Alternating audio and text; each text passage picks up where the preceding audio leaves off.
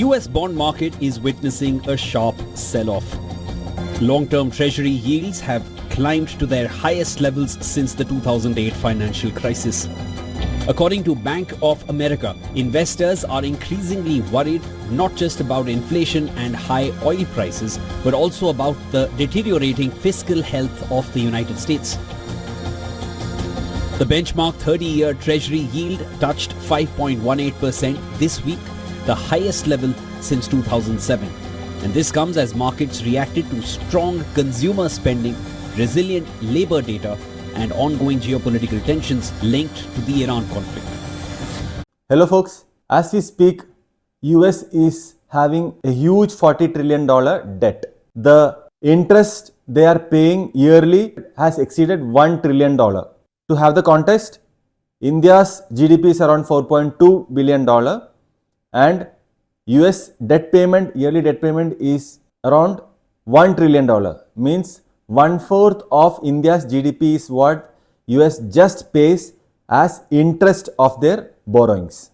And to counter this large debt, as US is not getting enough income or funding to pay off this debt, the recession or an economic crisis is in the list.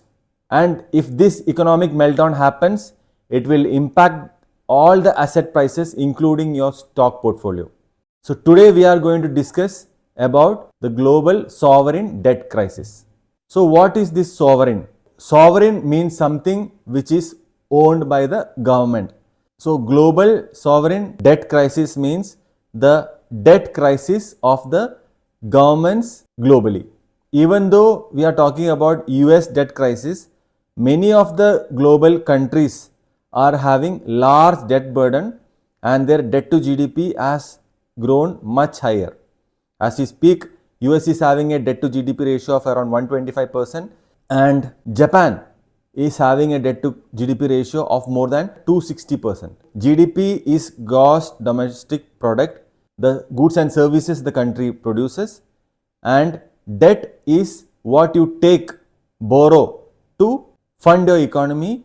And if the value of debt to GDP is below 80%, it is considered to be healthy because debt is taken to have a healthy GDP.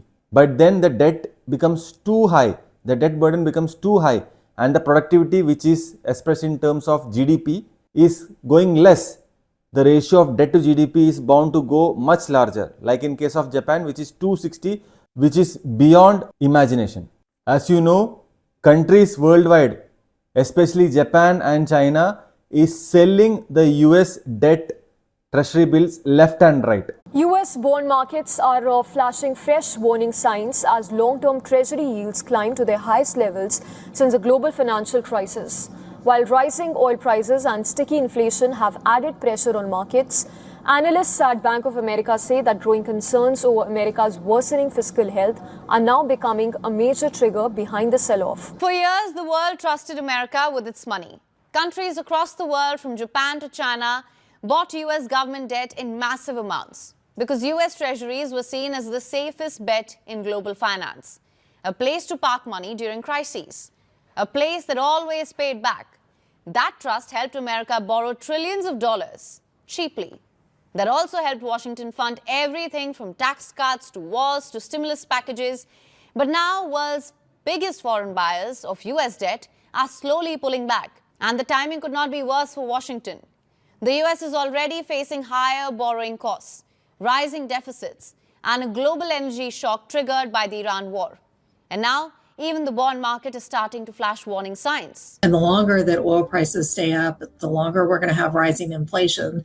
And this is the first time we've really seen the 10-year inflation expectations cross 2.5%. And historically, that's been very consistent with a period where the Fed has had to increase interest rates. So you're really seeing a sell-off in small caps, consumer discretionary, anything that's more risk-oriented, and you're seeing a rotation into companies that have better balance sheets. Markets on edge, global bonds selling off after a meltdown in Japanese sovereign debt on Takaichi's election pitch. Which is really bad for the American economy. As Ray Dalio once told, bond market is the basis of all other markets. including that of stock or real estate markets as well. Watch the bond market. The bond market is the basis, it's the backbone of all markets. So why the investors, the bond investors and countries are selling US bonds or treasury bills? This selling happens when investors lose trust or stop trusting the government and its ability of paying back the debt. So treasury bills or bonds are nothing but the instruments used by government, or in that case companies also raise this bond, but in this context the sovereign bonds are like bonds issued by government to raise funds. So to run the economy they need money. So how they get the money? They get the revenue from taxation, tariffs, etc. But then this is very less, and to further fund the economy, the needs of the economy like infrastructure development, social welfare, etc. So they need large chunks of money, even for defense. So there is a war, then they need more money. So how they fund this? They raise bonds. Say they want $500 billion. So they raise $500 billion bond, issue it, and say Japan buys this, China buys this, and they are told that a 5% bond yield, a coupon rate will be given for next 30 years, and they buy it.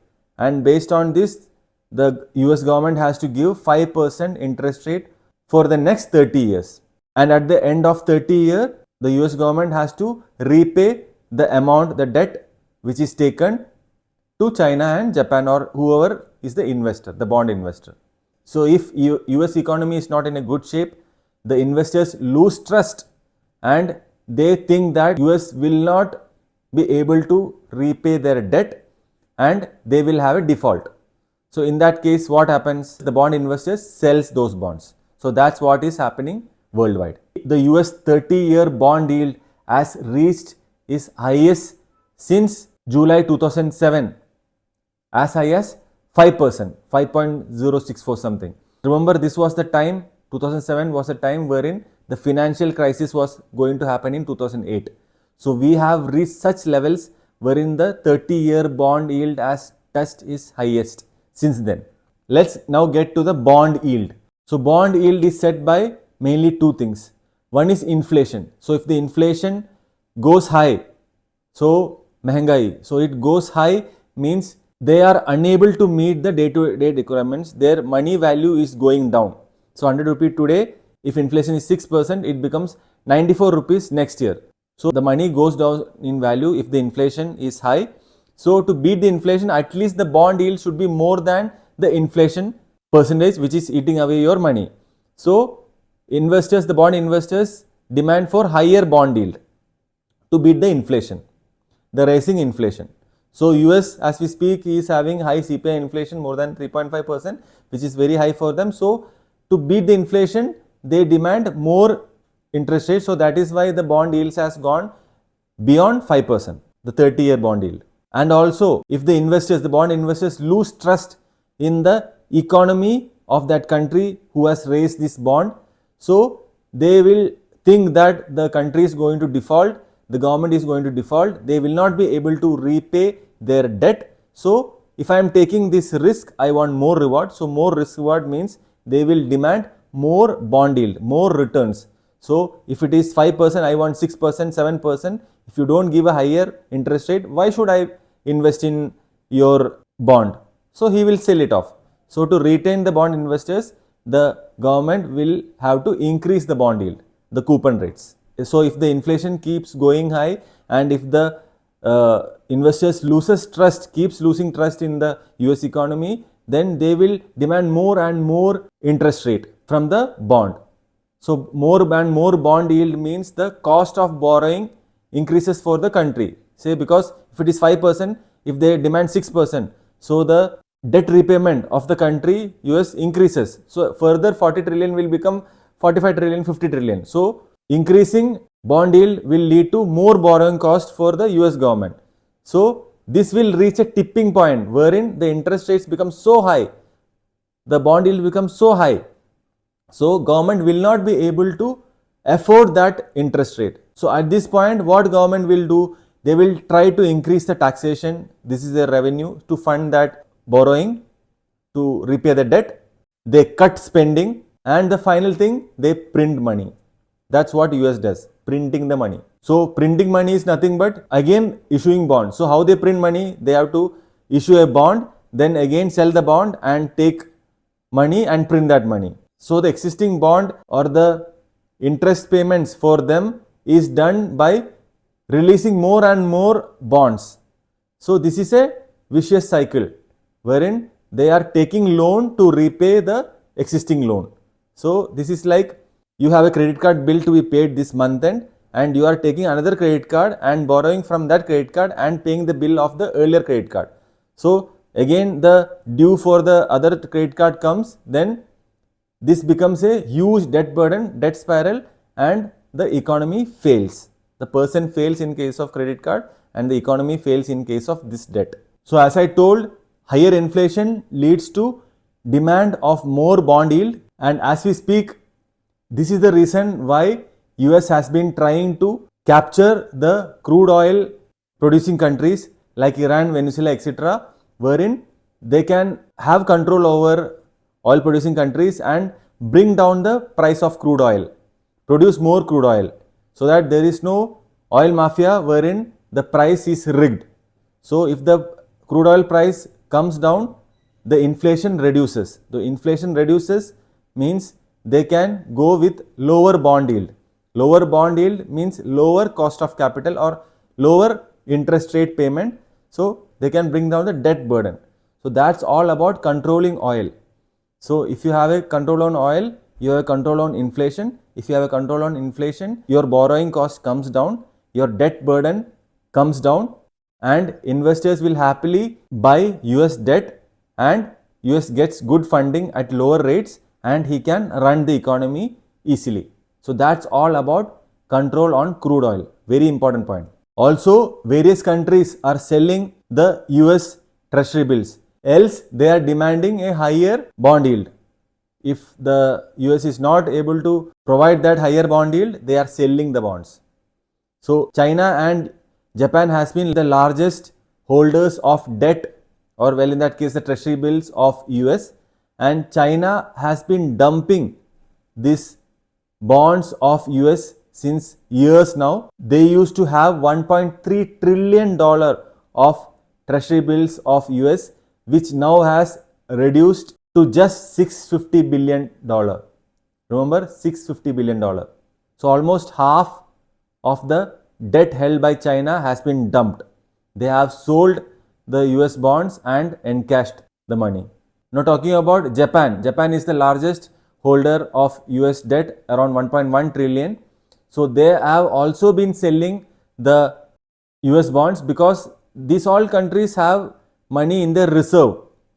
This US dollar will be kept as reserve. So if the Japanese yen goes down in value, they sell US bonds and they take the dollar and they sell that dollar, so that the selling of dollar will lead to appreciation of Japanese yen with respect to the US dollar, so that their currency depreciation is balanced. So that is what a country does as far as the US reserve is concerned, the forex reserve. So USD is used as a tool to retain the value of that particular country. In case of India, we sell US dollar. Recently, RBI has been selling this US dollar reserve, so that rupee doesn't depreciate beyond a point and touch as high as 100 rupee per US dollar. So they sold US dollars so that we appreciated a bit. Similarly, Japan also has been doing this, so they have been continuously selling the treasury bills of US. As I told, the debt to GDP ratio of Japan has increased as high as 260%. So this is the result. If some country borrows money and prints money, they keeps on doing this, then they will go to a large debt burden with very less GDP, with very less productivity. So the debt to GDP ratio increases a lot. So that has happened to Japan. So Japan has been borrowing and printing money since last 30 years. Recently only they have increased their interest rate from their earlier negative and zero interest rate to around 0.75 to 1%. This they were able to do by continuous selling of the US dollar and treasury bonds. So if all countries are selling and all the bond investors worldwide are selling US bonds, who will buy these bonds? Because US needs money to fund the economy, right? So who will buy this? So first the pension holders of US, then various mutual funds and other organizations of US, and various institutions and banks of US, and finally the Federal Reserve. Federal Reserve is one of the major buyer of debt these days of US. So the central bank of US itself is buying the debt so that the government can run the economy. That's how worse it is. So Federal Reserve prints money means the inflation goes up, because they are printing money and bringing in money into the market means the inflation goes up. The buying power of the people increases. So the asset prices goes up because there is more demand. So this will lead to higher yields. Higher yields means higher borrowing cost.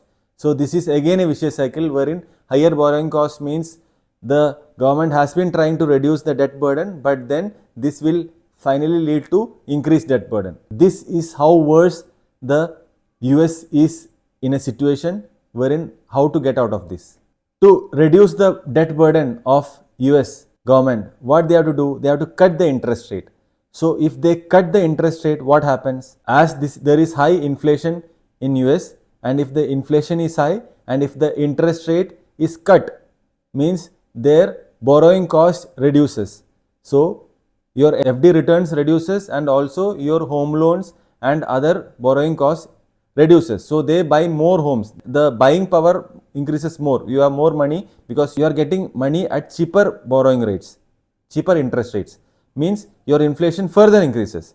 So inflation increases as the inflation is already high, and if you cut the interest rate, the inflation further increases. In this case, the US Fed and the US government will send out a big message to the worldwide bond investors who are holding US debt that we are more concerned about the US economy and we are not concerned about protecting your money, because as inflation goes high, then the return from bonds has to be increased, right? But if the inflation goes high, then the small returns which they are getting from the bonds become insufficient.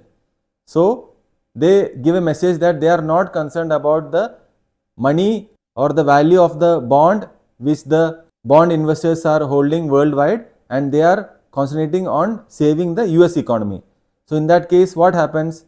As the inflation is so high and the bond yields with respect to inflation is very less, they are unable to have a delta or higher percentage of bond yield compared to the inflation rate. They sell the bond because the investors understand that if the Fed keeps cutting the interest rate, going forward the inflation is going to be so high and the bond yields, the returns from the bonds is not sufficient enough to beat that inflation. They no more value the bond and they sell the bond. So if they sell the bond value reduces. The demand for that bond reduces means the bond value reduces, but the coupon rates are fixed. So if the coupon rate is fixed, the bond yield increases. So the bond yield increases means if the US has to issue more bonds for more money printing, so they will have to issue higher interest rate for the bonds, because the bond yields of previous bonds has increased. So say 5% was the coupon rate and they have sold that bond and the value of the bond reduces, so the yield of that previous bond becomes 6%. So the new bonds which the US is releasing at least has to be same as that of that or higher than the 6%, so that the new investors will invest in the new bonds. Otherwise they will stick to the old bonds only. So the interest rate of new bonds has to be increased by the US government, means the borrowing cost of the debt of the government further increases, which further adds to the 40 trillion debt burden of the US. Also it is to be noted that for bond funds, say mutual funds are holding the bond funds. So as the investors sell the US treasury bonds, the bond value reduces. So bond value reduces means the NAV of that particular mutual fund holding the bonds. So the hybrid funds or bond funds. So their NAV goes down means the investors lose money in that also. So this is to clarify that it is not that all the bond funds are so safe and the equity mutual funds are so risky. The risk of money losing in bond funds, bond mutual funds and hybrid funds are equally there. From this example, you now understand. So how to bring down the borrowing cost? There are two options. Let's explore that. One is lowering the interest rate. So if the Fed cuts the interest rate, so in India it is repo rate. So the rate at which the central bank lends money to various banks, and there is a delta on that interest rate, on the repo rate. Say 5% is the repo rate and 2% they add their returns. So 7% is the rate at which they lend to people like us. So that's how the bank make money, by borrowing money from the central bank and earning that 2% from us and eventually making profit. So if the interest rate is cut by the US Fed, the central bank of US, then what happens? As I told earlier, with high inflation, they are further reducing the interest rate, means inflation further increases and bond holders are forced to sell the low yielding bonds. So bond value reduces, the bond yield increases, and hence the borrowing cost can't be reduced. So that option of reducing the interest rate is ruled out. Now let's come to increasing the interest rate. If not increasing the interest rate, at least keep the interest rate at the same level as of now. What happens in that case? The debt repayment, like I told, $1 trillion is the debt repayment for the $40 trillion debt held by the US. So that debt repayment increases. So even if you increase interest rate, even though the inflation is arrested, the debt burden of US further increases. So you should understand that this is where a situation where auto loans are having highest default in US. The home loans are also defaulting, credit card bills are also getting defaults. The housing market is on to the verge of a major downturn and the stock market valuation are at its peak. So increasing the interest rate is never an option. So the Federal Reserve is really in a big dilemma whether to increase the interest rate, which will break the economy, the US economy, and if to reduce the interest rate, which will break the bond market. And also what happens to the investors as the bond yields are going so high? The so-called foreign institutional investors, they are going back to US and investing in the bonds because high yields of bond, risk-free return they think. So if they are getting a higher bond, why they will hold stocks which is hardly giving 1 to 2% dividend yield? So they are exiting the stocks from various emerging countries and going back to investing in bonds of US. This is as far as the US institutions are concerned, the foreign institutional investors so called. But then as they keep losing trust in US economy and as the inflation keeps increasing, the bond yields are increasing again and again, and this is further leading to large debt burden on US. And as the debt to GDP ratio is hovering above 125%, it's a huge red flag. The new Fed chairman is a supporter of Trump, it seems, and Trump is pressurizing him to reduce the interest rate so that the debt burden is reduced on US. But then you know what happens if the interest rates are cut down. So this is a huge dilemma, and the only way out is to have a economic recession, a economic meltdown, wherein US goes to a depression and there will be debt restructuring and other things wherein the economy will come out of this huge debt burden. Otherwise, with just normal monetary policies of interest rate decrease and increase, the issue is not going to be resolved. So now you know, as the stock market of US hits all-time high, the economy is not in a good shape and anytime the meltdown can happen. So don't get carried away by the market hype. Do your own study. The global sovereign debt crisis is here to stay and to melt down, and if you are not cautious, you will have a meltdown in your portfolio as well. So that's why I always tell that have some 20%, 25% of your portfolio in cash, so that if you get a sizable correction in the market, as US sneezes, the entire world gets cold. So at that time, once we get cold, our stocks also nosedive, it's the time to invest. So now you know about the global sovereign debt crisis and what you should do to make money smartly in such situations. See you next video. Till then, happy investing.